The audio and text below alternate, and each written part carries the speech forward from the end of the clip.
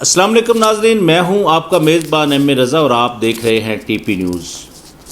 ناظرین، اس وقت ملک کے اندر بہت زیادہ اکانومی کرائسس کا دور ہے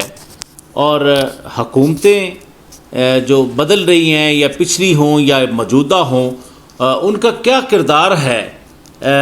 اکانومی کو بلڈ کرنے کے لیے۔ اس کے علاوہ ریئل اسٹیٹ سیکٹر کس طرح تباہی کا شکار ہو گیا ہے، اس کے اوپر ہم ایک تفصیلی رپورٹ پیش کریں گے، ایک جائزہ بھی لیں گے ان سیاستدانوں کی کارکردگی کا۔ تو ویڈیو کو لازم اینڈ تک دیکھا کیجیے اور چینل کو بھی لازم سبسکرائب کیا کیجیے تاکہ کوئی بھی ہماری نئی انفارمیٹیو ویڈیو آتی ہے تو اس کے نوٹیفیکیشن آپ کو ملتے رہیں۔ ناظرین، موجودہ دور کے اندر جس طرح یہ سیاستدان عوام کے ساتھ کھیل رہے ہیں، میں یہ واضح اور واشگاف الفاظ میں کہوں گا کہ یہ عوام کے ساتھ کھیل رہے ہیں۔ اس وقت ناظرین ہم 22 کروڑ کی بجائے اگر مردم شماری ہو تو ہم انشاءاللہ 25 کروڑ سے بھی تجاوز کر چکے ہیں، لیکن ہمارے اوپر یہ 700 یا 800 لوگ ہوں گے، یہ مسلط ہیں، کبھی ایک گروپ آتا ہے تو کبھی دوسرا آتا ہے، تو یہ اپنی منمانیاں ہی کر رہے ہیں۔ اگر کوئی کرپشن فری کا نعرہ لگا کر آتا ہے تو اس کے جو لوگ ہوتے ہیں وہ آتے ہی اپنا سٹائل ضرور بدلتے ہیں، لیکن وہ کرپشن کی ریشو میں اضافہ بھی کر دیتے ہیں۔ مطلب پہلے اگر 50% ہو رہی تو نئے جو نعرے مار کر آتا ہے اس کے دور میں 70% ہو جاتی ہے یا 80% ہو جاتی ہے۔ بہرحال ناظرین، ہم پتہ نہیں کب قوم بن پائیں گے، کیونکہ ہم تو گھرے ہوئے ہیں فرقہ واریت میں۔ ہمارے اندر تو اپنے اپنے مسالک کی باتیں ہوتی ہیں، ہمارے اندر اپنی اپنی قومیت کی باتیں ہوتی ہیں، ہمارے اندر اپنی صوبائیت کی باتیں ہوتی ہیں۔ یونٹی کی باصیت قوم بننے والی تو کوئی بات ہم میں اب نہیں رہی۔ ہاں، کہیں مہنگائی ہوتی ہے تو ہم ضرور نظر آ جاتے ہیں، کیونکہ لائنیں جب لگتی ہیں تو ہماری کوشش ہوتی ہے کہ ہم جلد از جلد اس سے پہلے کہ کل ریٹ بڑھے ہم وہ چیز حاصل کر لیں۔ مطلب یہ تو وہ بات ہی ہوگی نا کہ حد سے زیادہ ظلم سہنا بھی ظلم کرنے کے برابر گناہ ہے۔ بہرحال قوم ہم پتہ نہیں بن پائیں گے یا نہیں بن پائیں گے۔ جس طرح کی روش ہماری قوم کے اندر یہ چل رہی ہے، مجھے نہیں لگ رہا، میں بالکل مایوس ہوں، اس میں کوئی شک نہیں ہے، کیونکہ آپ لوگ اور میں ہم ہی عوام ہیں اور ہمارے اوپر یہ 700-800 لوگ جو ہیں بدل بدل کے سٹائل آتے ہیں اور یہ حکمران بن جاتے ہیں۔ اب ناظرین، اگر آپ ان کا کردار دیکھ لیں تو یہ یقین جانیں آپ بالکل کلیئر ہو چکا ہے کہ یہ لوگ اپنے ذاتی ایجنڈے کے لیے آتے ہیں۔ یعنی ایک جب حکمران بنتا ہے تو اس کی کوشش ہوتی ہے کہ یار ان جو بچے کھچے ہیں ان کو میں بالکل کرپشن کے چارجز لگا کے ان کو رکھوں ہی جیلوں میں اور یہ باہر نہ آ سکیں۔ لیکن جیسے اقتدار کا جو انداز ہے یا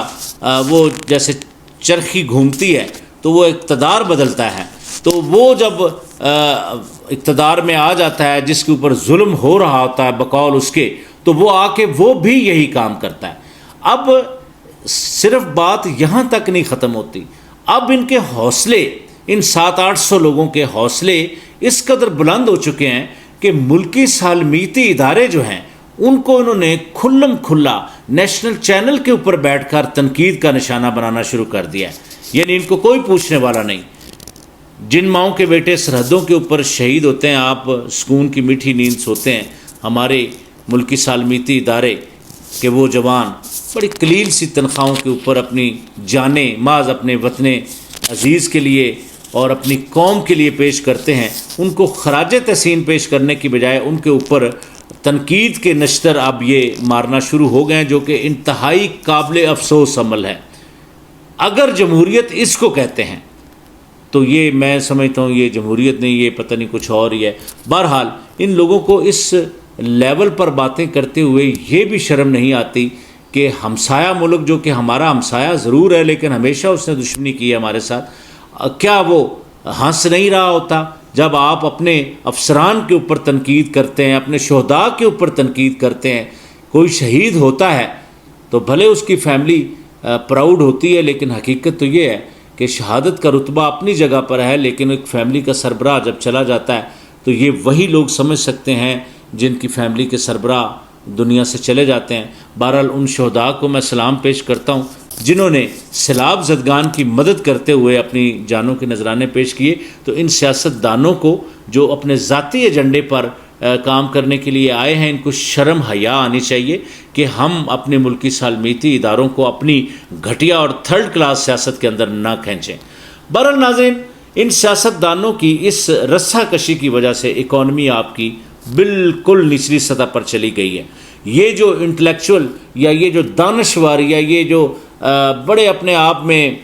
خزانے کے امور کو سمجھنے والے جینیس لوگ جو بیٹھے ہیں، ان کے ہوتے ہوئے آپ یہ دیکھ لیں کہ پٹرول پوری دنیا میں سستا ہو رہا ہے، ہمارے یہاں مہنگا ہو رہا ہے، ٹھیک ہے۔ اگر 100 روپے بڑھا کے اس میں سے 20 روپے کم کر دیں گے تو یہ تو ایسے ہی ہے نا کہ ایک طرف سے آپ کی جیب سے 100 روپے کو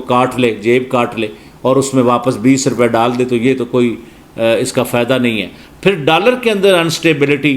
ان مافیاز، ان کو مافیاز کہوں گا میں، یہ مافیا ہیں ٹوٹل، ان لوگوں کے اپنے بندے یہاں سے ڈالر بھر بھر کے ملک سے باہر لے جاتے ہیں، پھر انسٹیبلٹی کرتے ہیں، پھر ان منی چینجروں کی وجہ سے یہ جو منی لانڈرنگ میں ملوث یہ لوگ ہیں، بہت دبئی کے اندر بہت سارے لوگ بیٹھے ہیں، میں ذاتی طور پر ان لوگوں کو جانتا ہوں۔ بہرحال ان لوگوں نے ایسے طریقے اپنائے ہوئے ہیں کہ یہاں سے ڈالر یہ نکالتے ہیں، یہ قطعی نہیں سوچتے کہ چند گھر پالنے کے لیے 22 کروڑ عوام کے ساتھ مہنگائی کا جو یہ ظلم کرتے ہیں۔ پھر ایک ریئل اسٹیٹ سیکٹر ہے جس کے لیے میں بات آپ سے کرنا چاہتا ہوں۔ ریئل اسٹیٹ کمانے والا ایک بیٹا سمجھ لیں کہ گھر میں ایک کمانے والا بیٹا ہوتا ہے نا، اس کی سارے آؤ بھگت کرتے ہیں، تو اسی کے ساتھ یہ حکمران جو ہیں، پچھلے ادوار میں FBR کی تلواریں ان کے اوپر لٹکائی گئیں ریئل اسٹیٹ سیکٹر کے اوپر۔ اب جو یہ گورنمنٹ آئی تو اس نے ٹیکسوں کے ایسے ایسے سٹائل نکال دیے کہ سمجھ ان کو ہے نہیں کہ جہاں سے آپ کو پیسہ آ رہا ہے ان بندوں کو آپ بھگا دیں گے تو پھر آپ کی اکانومی کہاں سے بلڈ ہوگی۔ بہرحال سننے میں آ رہا ہے کہ کچھ ٹیکسز میں کمی کی ہے، اللہ کرے ان کو عقل آ جائے۔ بہرحال ناظرین، ان لوگوں کو پہچانیے، قوم بنیے۔ یہ لوگ ہمارے لیے، ہماری قوم کے لیے، یہ لوگ 700-800 جو لوگ ہیں، یہ بالکل اس سطح پر پہنچ چکے ہیں کہ ان کے اب ذاتی ایجنڈے ہیں، ان کو آپ لوگوں سے، ہماری قوم سے کوئی لینا دینا نہیں۔ اپنا بہت سارا خیال رکھیے گا، باتیں تلخ ضرور ہوتی ہیں، کمنٹ باکس میں جواب بھی دیجیے گا۔ اسی طرح کی ایک نئی انفارمیٹو ویڈیو کے ساتھ آپ کی خدمت میں دوبارہ حاضر ہوں گے۔ تب تک کے لیے اپنے میزبان احمد رضا کو اجازت دیجیے۔ اللہ حافظ۔